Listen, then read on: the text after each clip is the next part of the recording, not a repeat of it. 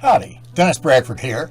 Let's think some about being, feeling, and doing better. How to measure and increase happiness. What's the source of energy? The answer to this is helpful when considering how to feel better and become happier. Green plants are able to provide their own energy using photosynthesis. Animals, though, have to eat to provide energy for themselves. They not only need perception to find food, but to avoid being eaten themselves. There is then a dualistic separation between the perceiver and the perceived in the animal kingdom. Evolution added the prefrontal cortex to animal brains, and after millions of years of hominid evolution, the result is our human brains. Like perception, our egoic selves are an inheritance from our animal ancestors. Our conceptual hierarchies are infected with dualism and egocentric positionalities. I use infected because, from a spiritual standpoint, dualism is a disease, the major obstacle to enlightenment. Again, separation is always the cause of dissatisfaction. Since we require separation to survive as animals, having that animalistic endowment benefits us. It enables our bodies to survive. However, it also keeps us dissatisfied and unhappy until we awaken from it. Our egoic selves like separation. They feel strengthened by it. On the other hand, the amount of fear they experience typically increases with growing separation. Quote, "The dualistic ego is competitive and also fearful," end quote. From David R. Hawkins's Truth versus Falsehood. Like other unwanted emotions, fear undermines happiness. All unwanted emotions come from the self-non-self, or self-other separation. The core error is that the ego's dualistic, distorted perception sees everything in terms of the perpetrator-victim model, end quote. We suffer when we take ourselves to be victims and complainers. To complain is to resist what is. So, complaining strengthens the ego, which creates more separation and so more unhappiness. The core spiritual mistake we make is to stay stuck living in separation. The core spiritual task is freedom from that bondage, which requires the non-attachment that comes from detaching from the egoic self. It's natural to fear letting go of what is familiar, such as the egoic self. However, that letting go is not a loss. Instead, it's an uncovering that reveals the self that is our true nature. In that sense, the goal of spiritual work is not to gain anything. Rather, it's to dissolve the obstacles that are preventing us from living in reality, from unleashing our true potential, from awakening to reality. Since it's always easier to improve what can be measured than what cannot be measured, having energy testing available is a great blessing. An energy test calibration is like a spiritual snapshot, a way of measuring the effectiveness of spiritual practices such as meditation. Regardless of one's spiritual score, nobody is stuck at a particular calibration.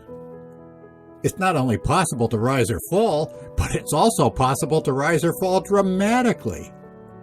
Furthermore, dramatic increases of hundreds of points sometimes happen very quickly. More on this in a subsequent video.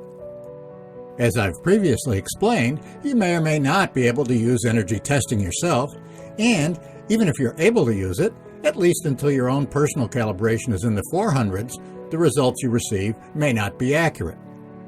For that reason, it's always best to test something in multiple ways at different times.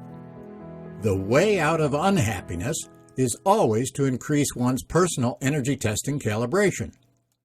I'm using personal to distinguish it from testing, say, a book or other product. Why? There's no way to measure happiness in others directly.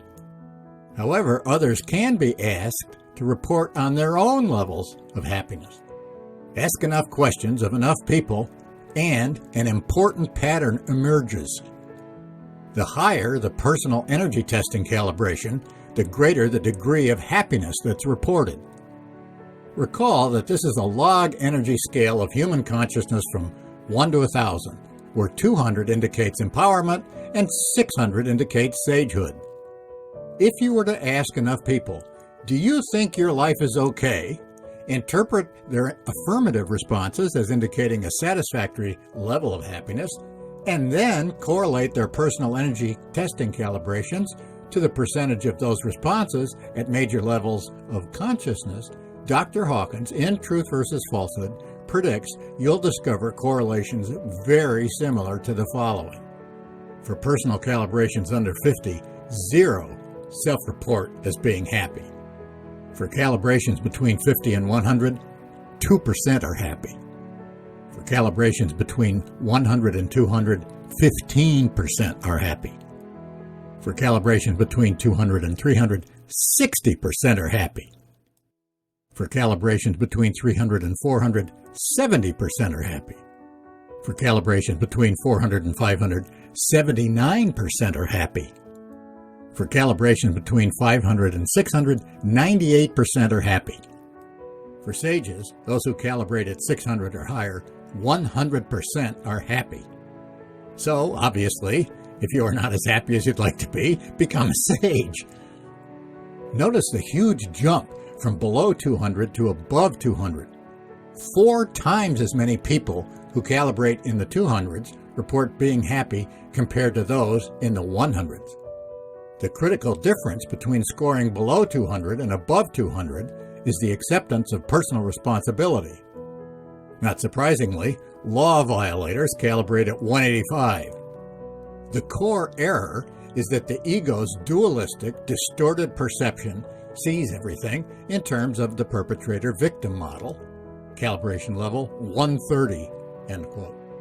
Those who calibrate below 200 still have an immature lower mind that is unable to discern the difference between reality and, quote, emotionally motivated fantasy, end quote.